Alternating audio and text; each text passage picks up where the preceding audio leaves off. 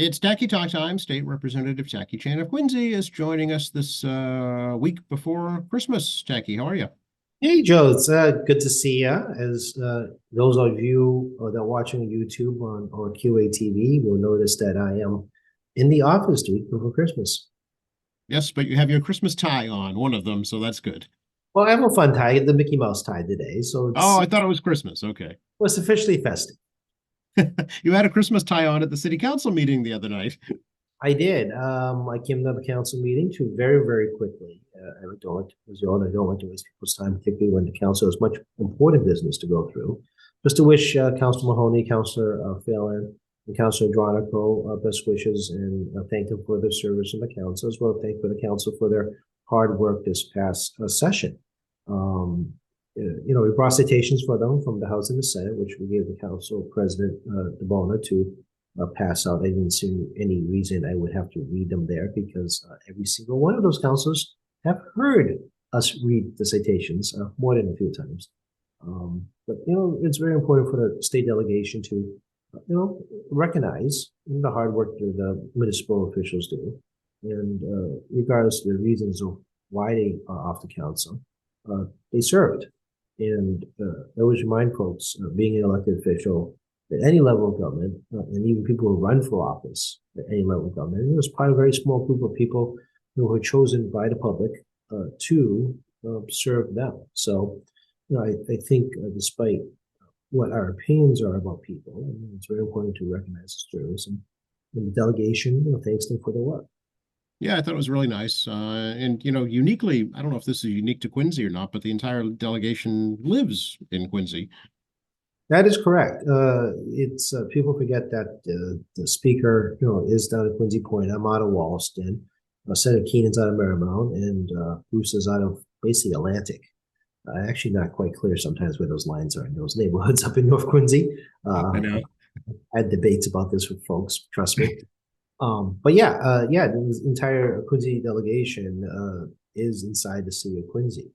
You don't get that everywhere. For example, if I remember correctly, I'm trying to remember some folks that may not be that. I think one example is John Lawn, where Newton is the base of that district. I think he has like one precinct.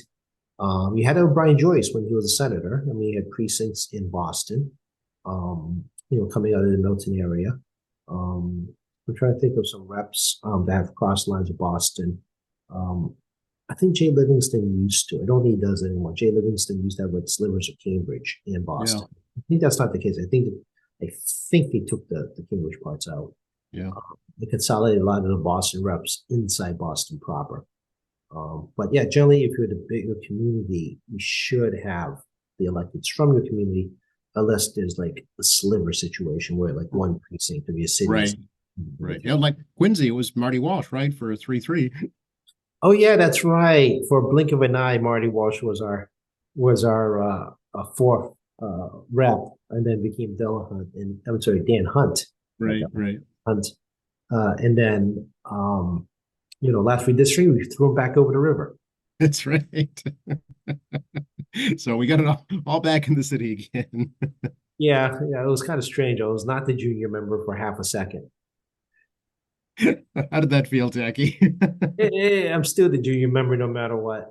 You're just a kid, just a child. Yeah, only 7 terms. Still the kid in this gig. Yeah. Stable Mabel.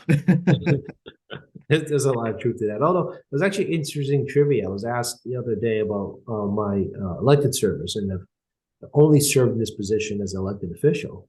But actually one of the few that was never elected at the municipal level. Bruce Ayers was elected as a Ward 6 councilor prior to being a state rep. Speaker Ron Mariano was a school committee man for elected state rep. John Keenan was obviously on the city council. Yep. Michael Bellotti never served in the council. Mike Morrissey never served in the council. Obviously, I have not served in the council. Neither did Lou Sarasoli. But Arthur Tobin Sr. was on the council. Arthur Tobin Jr. was not. Right. Steve Tobin, where actually he doesn't like right. Yep. Arthur Tobin, but Steve Tobin was never on the council or school committee. So it's actually pretty interesting when someone asked me that question about did I serve local office, and turns out actually in the current delegation I'm the one that has it. Yeah, it's interesting. I hadn't thought of that, but since you brought it up, that's true. Absolutely true. Yeah. So you're setting history straight, Tacky. Well, it's interesting perspective. Yeah. Not surprising, a lot of folks up here were once members of the Board of Selectmen, Sure. a Yep. lot more than city councilors, just Yep. nature of elections. And you can always tell the difference between different folks that are newly elected, whether or not to serve in municipal government. Yeah, I'm sure. Yeah, they have a different sense of how things work. So even, I mean, even today, the lieutenant governor was a mayor. Absolutely. Yeah. And actually, if you look down the line, I mean, it's been a while since we had an elected official be a governor. And well, we have had lieutenant governors serve before, but obviously Maura Healy served as Attorney General. Kim Driscoll is Mayor of Salem. But you look at Charlie Baker served as a member of the Board of Selectmen in Swampscott, if I remember correctly. Oh, I didn't know that.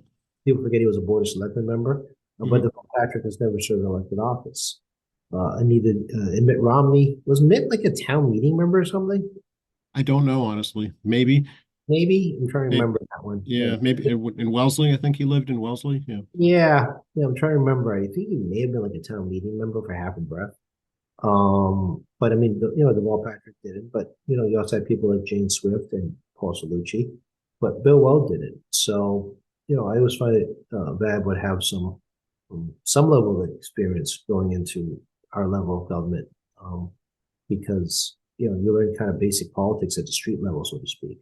Yeah, exactly. So A let's talk little about the unusual. poppin'. What's that? I'm a little unusual because of the nature of how I got. I was already part of the building before I got elected, You so always had to be different, Tacky. don't always follow the rules exactly. What's going to be happening at the State House after the new year? Let's talk about the pomp and circumstance. Well, the Constitution actually has us on calendar years in the session. Our rules dictate how we operate. So Yeah, there's always a little discrepancy of newer members trying to understand how come, we have a closed open session on the first Wednesday after the first Monday of every calendar year. It isn't a swearing in day. It's a requirement to declare that the legislature is open for the new session as well as the executive branch in the new calendar year. So expectation is that the first Wednesday in January, I believe is January 3rd. hmm And we just need enough folks in the building in an informal session to do the required walk between the branches through special committees to declare the opening, and we're ready to work for this calendar year. So That's again, it's mostly pop and circumstance, very uneventful. Not the same as a swearing in day, which is much more fun actually, because you got the families, newly elected, a lot of bright-eyed, newly elected, and their families, all celebrating, and that in many ways is really for them. sure. Uh, Yeah, for the 2 years, it's more not just necessarily ceremony opening and electing of a speaker or senate president, but it's really celebrating, the new colleagues that have come into the building. yeah, yeah. Indeed. Well, we had that last year, right? You already had that. Yeah, and unfortunately, one class, the 21 class, were elected during COVID. So they That's had, right. Yeah. yeah, they got to come to the chamber to get sworn in, but they couldn't bring all their family. Thankfully, those days are hopefully behind us. I hope so too. It's very sad because it's, you only get one opportunity to, honestly, you only get one opportunity to To come. to do it the first time. Yeah. Yeah, there's only one opportunity. It's sad. I'm very sad that their family members and their friends couldn't be part of the state of celebration of the election. Yeah.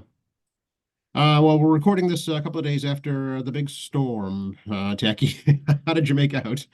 Oh, I was up at 6 in the morning from the wind and tried to go back to bed, and it was 6 or 5:30. It was very early. Next thing you know, I had a loud thump on my side of the house in the roof, and clearly something fell onto it. So I had to wait the daylight, grab my binoculars in the rain, and try to see if there was any roof damage.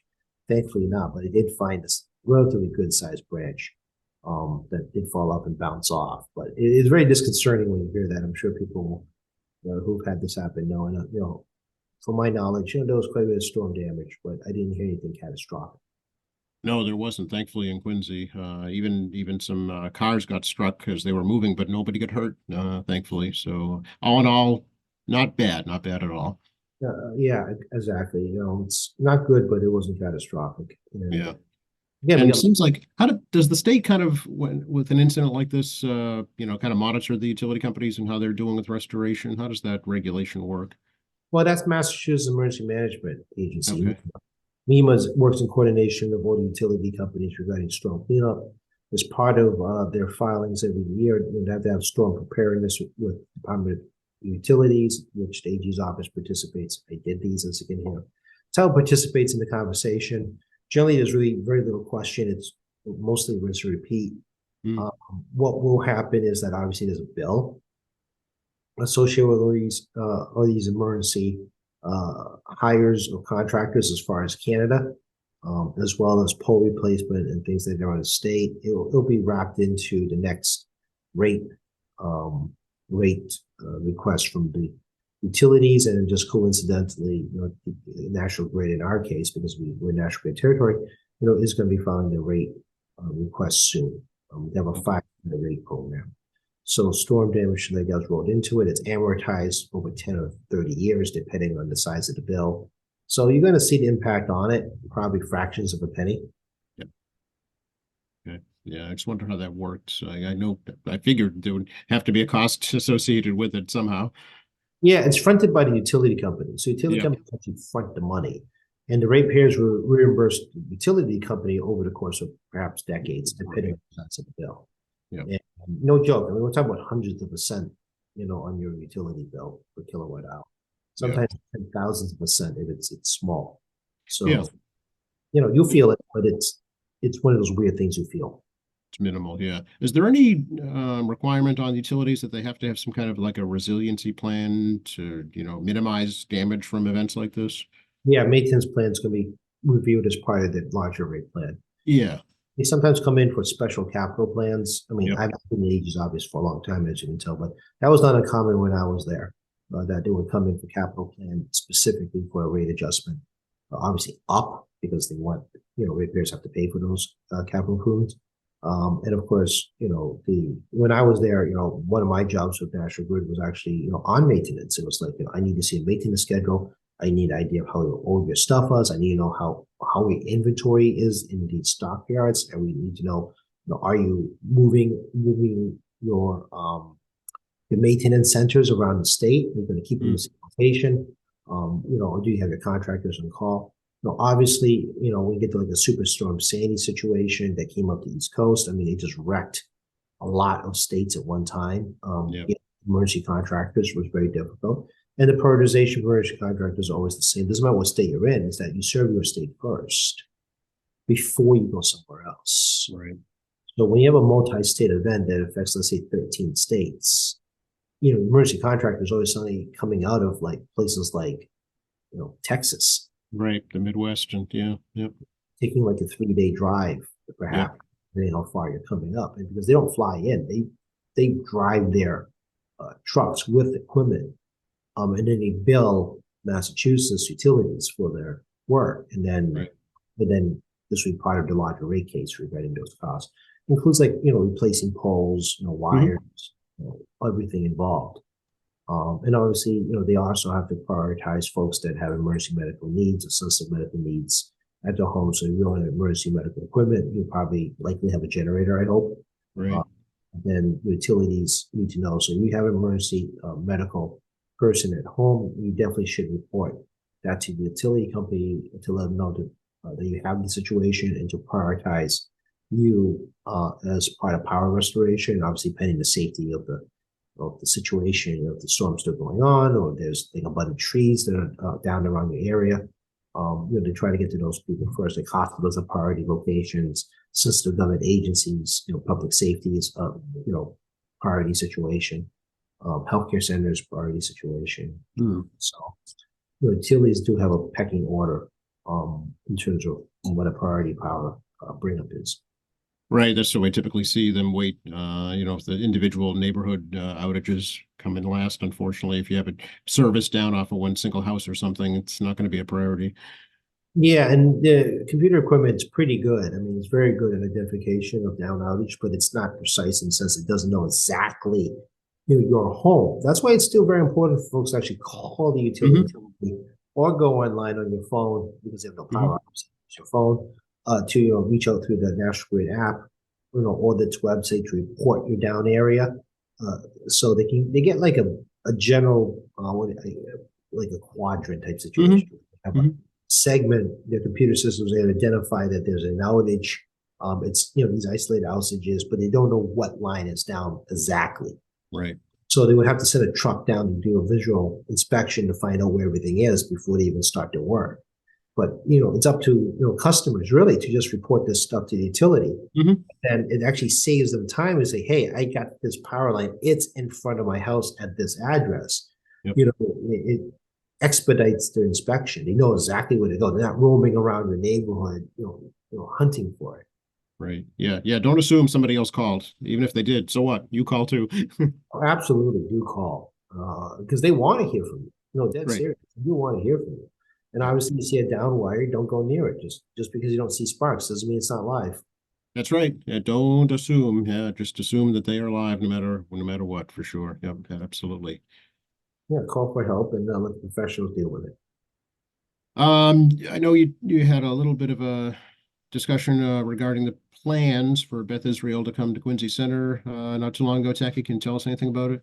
Yeah, I had a nice chat with the VP of Government Affairs at Beth Israel. And there isn't too much to say, actually. I mean, they're obviously very interested in coming to Quincy and have plans to do so, but they also want to make sure they're part of the healthcare network in our area. They want to work with the local health centers and other hospitals in the region. Those who don't know, Milton is a BI hospital, but a very small capacity, and they recognize that. And they know about South Shore Hospital and Kearney Hospital, so they're not here to so-called steal other people's patients, but they want to be part of the integrated network that's out here. And there's a general consensus that radiology in particular, there's plenty of work in the area for it.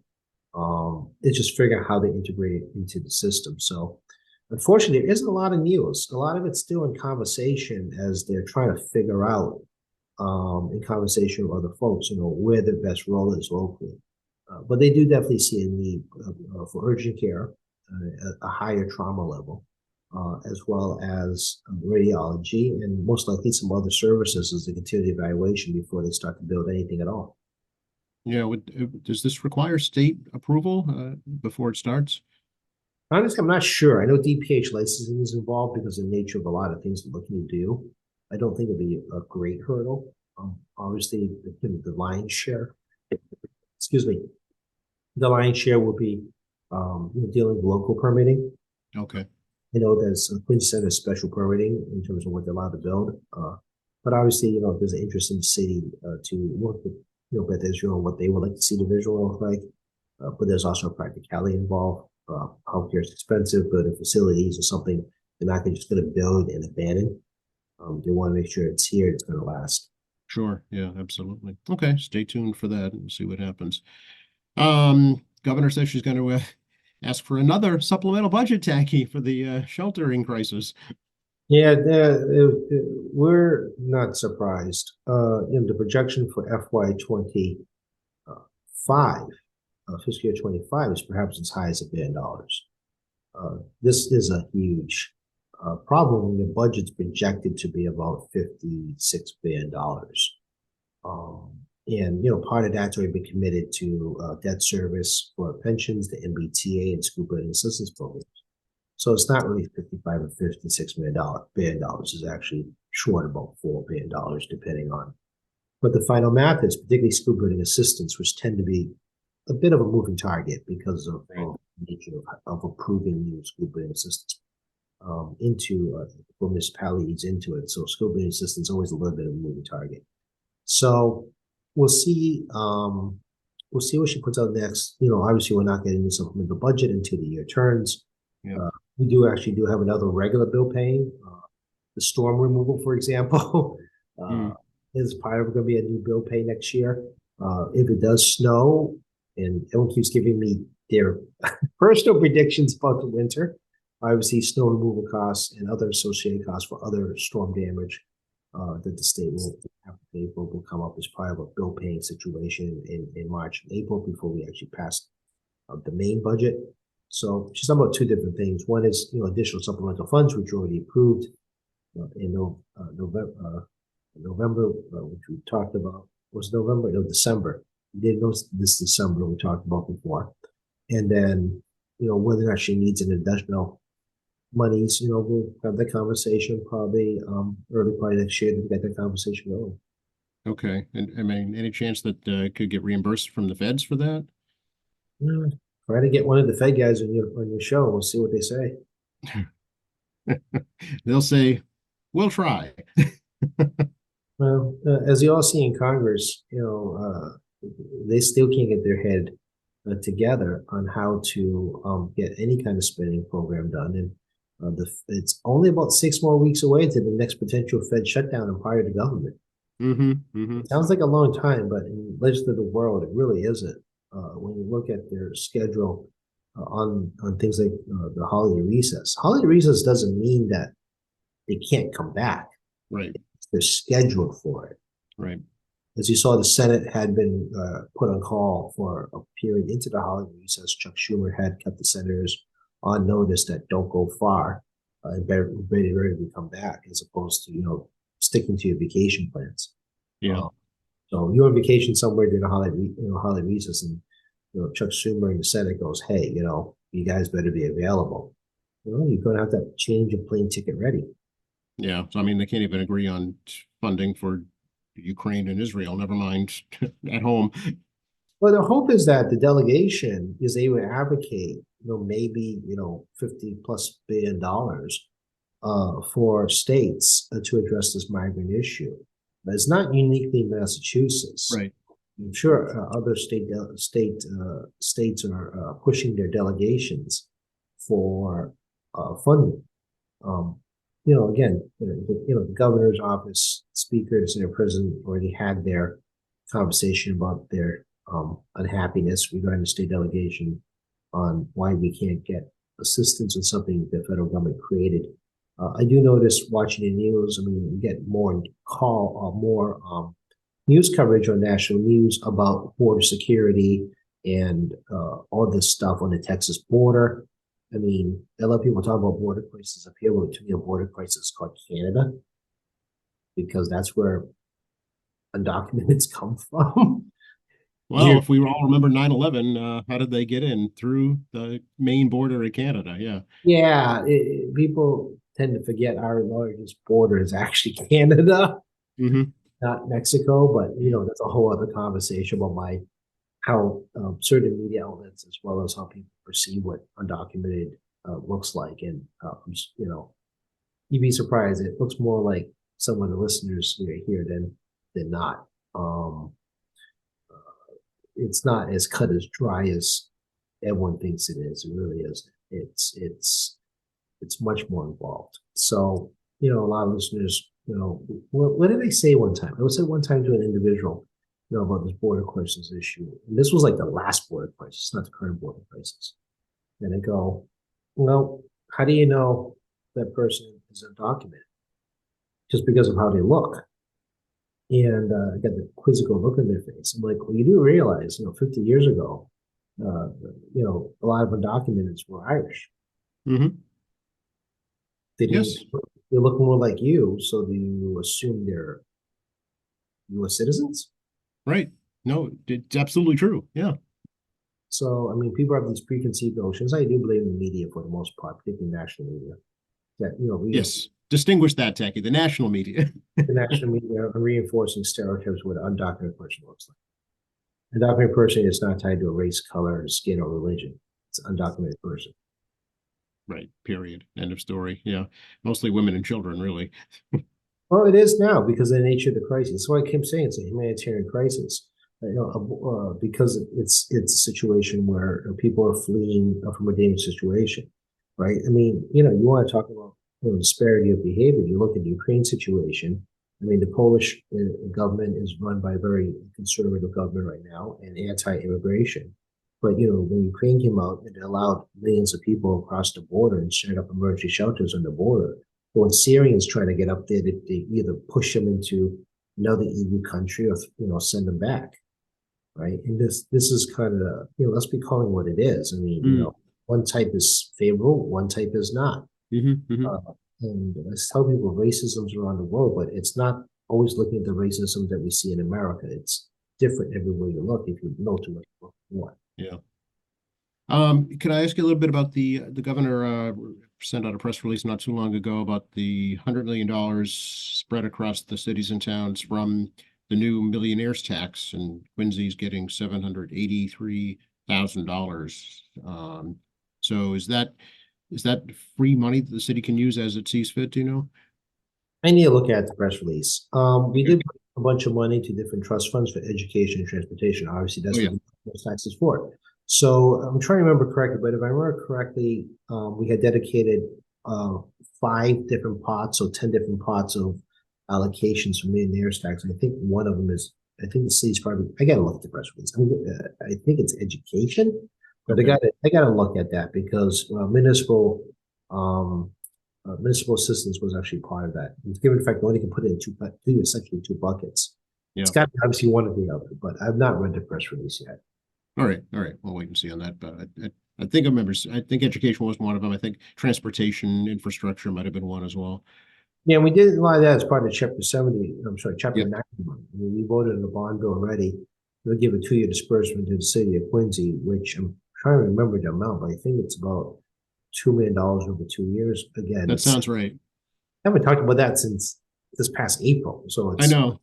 Again, it's hard to remember this stuff. But yeah, that also, sounds right though. But this is in addition to that, right? Yeah, and then we also have a so-called shovel-ready emergency. I'm doing airports, folks. You can't see me. Shovel-ready emergency funding as part of the Chapter 90 for communities that have emergency situations that's shovel-ready to go. That they can get some assistance from that too. Yeah, okay.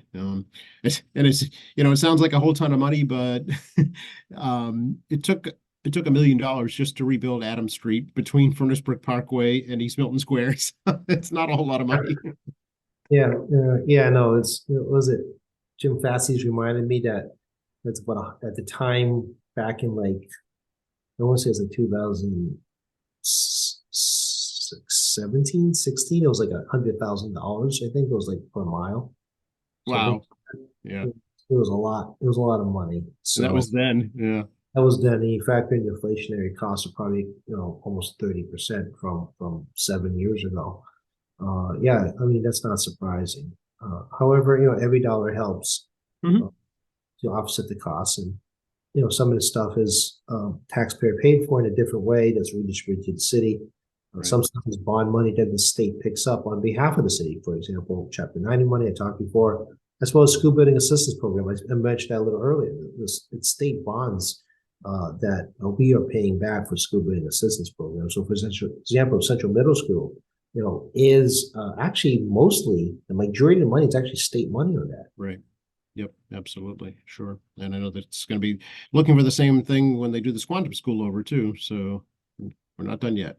We're not done yet. That might be a bit of no, it's still going to be a substantial reimbursement. Let's be honest. I was going to say maybe it's significantly smaller, but no, that's not going to be it. It's going to be still substantial. Yeah. Minimum 40%, minimum. So again, it's Treasurer Goldberg and school building assistant staff do comb these applications very, very and people may remember Tim Cahill, when he was the treasurer, set the new standard on cost controls. At one time, cities and towns used to get the reimbursement. They had budgeted a bigger number. They figured the reimbursement covered the cost, and they spent the extra bond money they would have saved on other things involving the school. And then one of the towns, which are not named, decided that these additions from the original bond budget lets them go back and make more applications, and it got crazy. And Treasurer Cahill, Tim Cahill, put the clamps down on that to create some reasonable cost controls, because they think the state's an endless piggy bank. Right. Yeah. Exactly. Otherwise, it's a free for all for sure. Yeah. It is, and it's a very big, substantial part of the state budget, picking up the school building assistance program. I bet. Yeah. Seeing as we're talking about money, what's going on with the economy these days?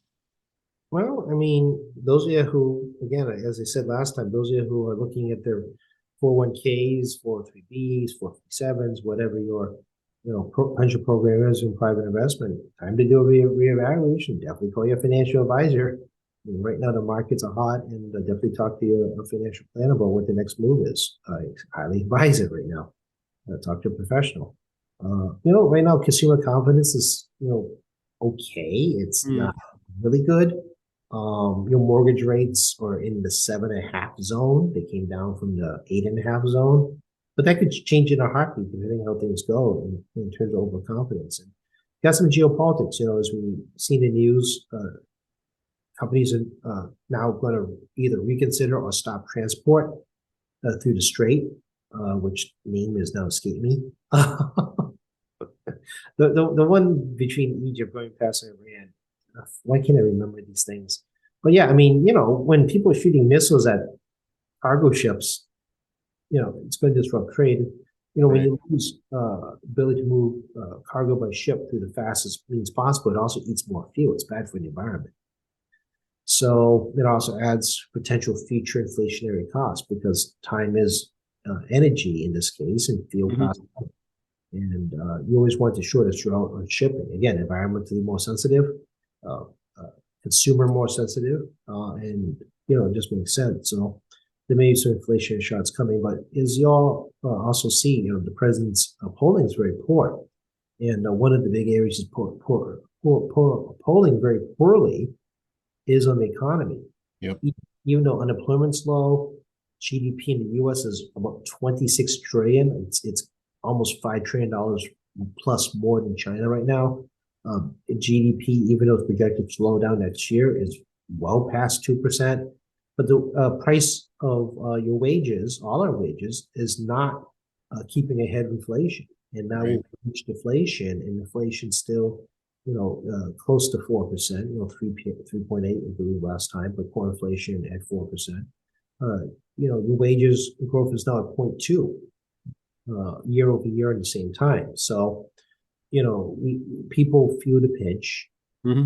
very economically prosperous on paper, but on a mainstream level, um, your wages are not keeping inflation. Also, your interest rates are not. Your bank interest we talked about is terrible, but Right. money market or CD or treasury bonds, passive incomes that are relatively safe, FDI insured in most cases, or in the case of treasuries backed by the U.S. government.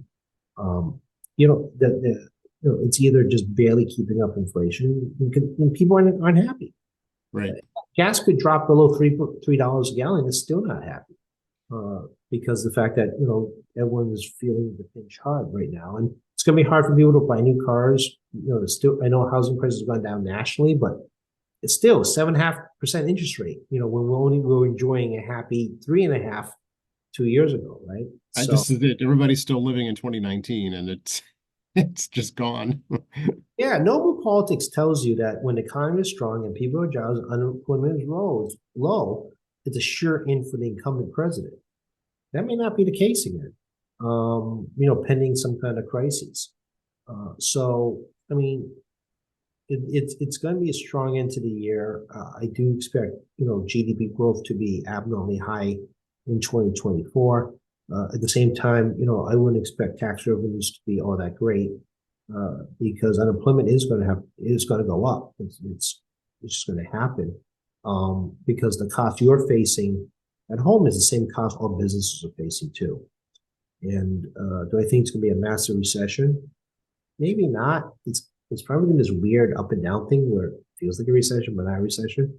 Yeah. And maybe one of those things where you can't use GDP as your sole gauge because you're supposed to have like two negative GDP quarters in a row to declare recession, but it's Mhm. actually declared by just doing that. You actually have an economic council that determines that. They try to project beyond the two quarters. So again, I think 2024 is going to be very roughy first half of the year as everyone's trying to get their footing down. And I expect consumer spending. I won't say it's going to stop, but I think you're going to find again that we saw a lot of early last year. People are going to be much pickier about where they put their money. Yeah, yeah. I was reading an article this morning. The average new car payment now is $1,000 a month. It's, I mean, you can't sustain that for forever. No, completely unsustainable. And we live in a high rent environment. So that doesn't help, folks too saving for, 7.5% mortgage for a home, which again, we have a shortage, so unlike other parts of the country, home prices will be stable. There won't be you won't see a massive inflation. Right, right, right. Can we talk a little bit about this new MBTA overlay district, Jackie, that cities and towns are grappling with? I know Quincy's just passed it there, so they're going to be in compliance. But is it for every city and town? Yes. It is? Okay. As you can tell, kind of like, yeah, it's like the assessments, if you're an MBTA community, and they pay basically assessment to MBTA for services. Mm-hmm. And it's got to be a comprehensive plan, and communities dealing with the MBTA. So, yeah, I mean, but yeah, I mean, yeah. I don't know what else to tell you. Okay. Do you think it's fair? Yeah, that's actually a good question because usage is really a question, right? So MBTA communities are not just the communities where the MBTA actually is physically in. It's actually adjacent communities where people come into your community, use commuter rail, buses, subway, ferry services. They're not always in your community. So that includes this, like Milton, for example, pays money to the MBTA because coming to Walsall Station and coming off Quincy Station, right? People, Weymouth and the areas around Braintree, Holbrook, all those towns that are directly adjacent, pay an amount. And don't ask me how the formula works. You can ask somebody that works for the MBTA or, it's a little beyond me. But, I mean, you're supposed to kind of, all contribute to the fact that, your residents are part of the MBTA customer service and Right. by the communities that use the system. Yeah, I'm talking about this, the multifamily housing overlay district Okay. Yeah, Sorry, not assessments. Yeah, not smart assessments. smart growth. Smart growth, that's it.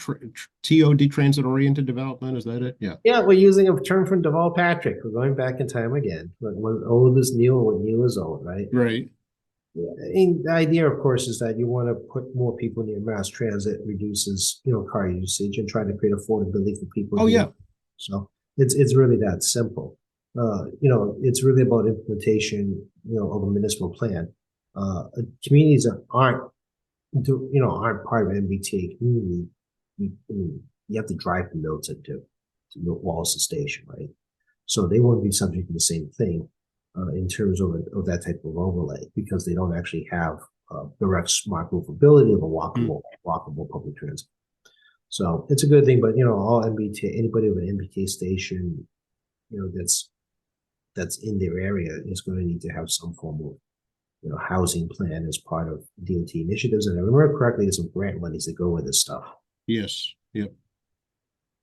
Whether it can get built, I don't know. Again, Okay. we discussed 3 minutes ago about interest rates. So Yeah.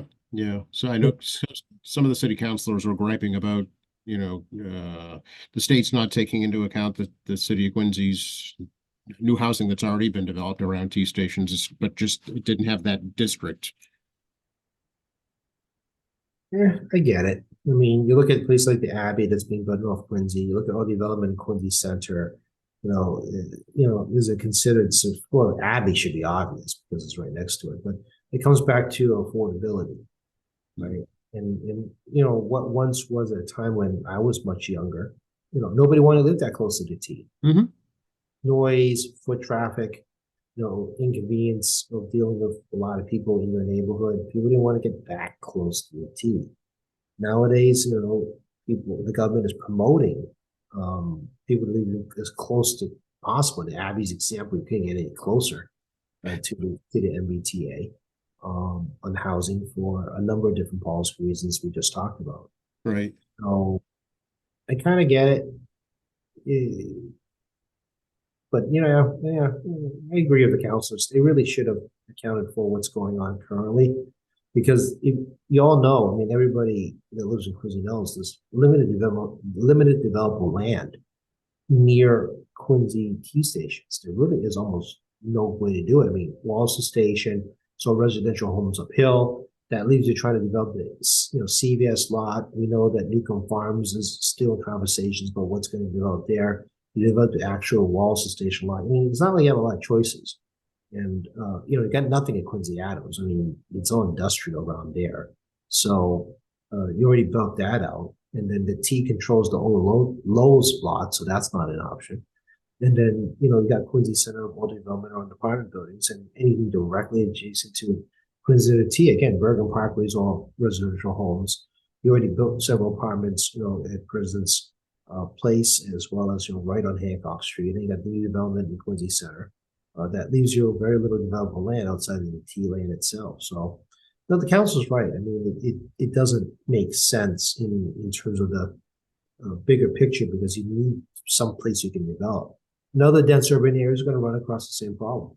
Yep. Yep. We can only, I mean, we have the ocean next to us, so we're kind of limited going east. Well, I mean, there's always a chance to get redistricting into Quincy Bay proper. Floating community. Well, I mean, if you represent Ward 7, you really have a problem in Quincy. That's right. You get the House- joke. Yeah, the houseboat community. Yeah, so the joke with people listening who are not from Quincy, you're not from the city, for some reason you stumble onto this podcast, but there's only 6 wards in Quincy. So if you're representing Ward 7, I have an old friend that likes this joke. Clearly you got special problems as elected official. Yes, you're a really good fisherman. What's the Chan plan for the holidays? Not much. I mean, we're gonna have dinner at my house on Christmas Day. I'm in charge of cooking, so starting tomorrow, I got to get to the groceries and start doing prep again. And then it's a quiet New Year. There'll be another massive Zoom meeting. My mom's side of the family's doing it, and they're looking to expand the size of the Zoom call. So a ton of even more small boxes on a Zoom call at a global level. And now we're having issues coordinating the time because it's a global phone call between Hong Kong, China, Canada, us here in Boston. So, there also some technology challenges I found in the WhatsApp. Some significantly older family members have limited computer access but want to participate. So, yeah, the wheels are already in motion of various family members trying to get, all the family members on my mom's side of the family as much as possible. Also, this could be a 2-hour, I think it was 10 p.m. start in the East Coast. So it's going to be one of those long nights as everyone's trying to figure out how to use their various devices. So that's actually really an exciting part of the night, even though I'm unlikely to involve myself in a lot of conversation. But it's good to see what people look like. Again, technology today gives you the ability to get caught up on seeing where they are, hear what they got to say, but also actually see them in current time. I know. Yeah, maybe. Yeah, hopefully it'll work out. Maybe you can pre-record a couple if you have to and play them back. I'm not going back to 2020 and 2021 constantly recording myself for messages, although it may get me out of Dodge. And you'd be able to get some sleep. Here's my 30-second message for the family. We'll play that. I did more recordings at home on my phone, as you know, during 2020, 2021.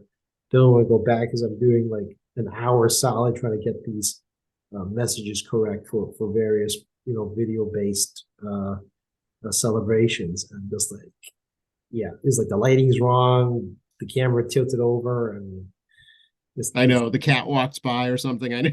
Yeah, you sneeze in the middle. I mean, it's and then you look at yourself recording and you're like, God, you look terrible.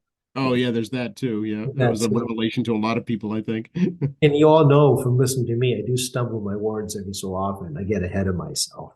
So my words sometimes are ahead of what I'm thinking. That happens on those recordings, even for like 30-second greetings. So now, as I recall, you cooked for Thanksgiving too. So you were the head chef, I guess. I am the head chef. So, but it's fun. I don't mind doing it. Again, and those who know, I like to call it, the problem is that it's time. Like everyone else, it's time. And you're going to do something fun and fancy, it takes more time. Yeah. I can do the one pot quick and dirty and ugly in 30 minutes or less, but no, save those for weekday meals. exactly, midday meals, exactly. Yeah. But I mean, you're going to do like a family celebration, you want to do it right. And for example, eggnog was requested. it's not too hard, but you got the whole temperature thing going, so there'll be some. Yeah, you don't want to curdle it. Exactly. So it'd be some, try to figure out, how to do this properly, on, getting the temperatures right for the eggs and Yeah. milk. Yeah, no, again, it's just time, and I'm happy to do it. It's just making time to get it done. And this week's actually a busy week. I got a slate of meetings after this today. I got dinner, a meeting tonight, tomorrow. I'm gonna be in person with Mark. We like to make fun of Mark every so often on the show with you. Maybe I'll do that to you and Mark's show. That's But okay. I can take it.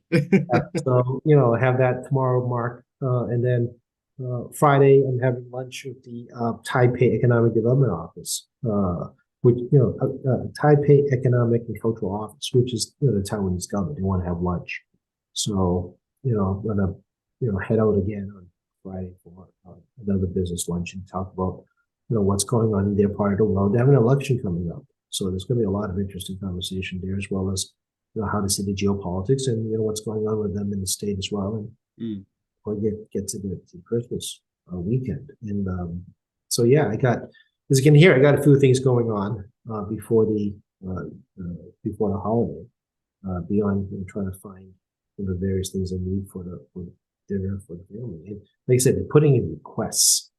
So I actually have to get their stuff. Specific things, yeah.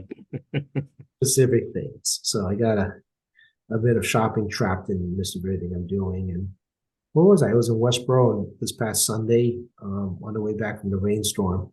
The Representative Kate Donahue's Democratic State Committee Party, City Committee Party.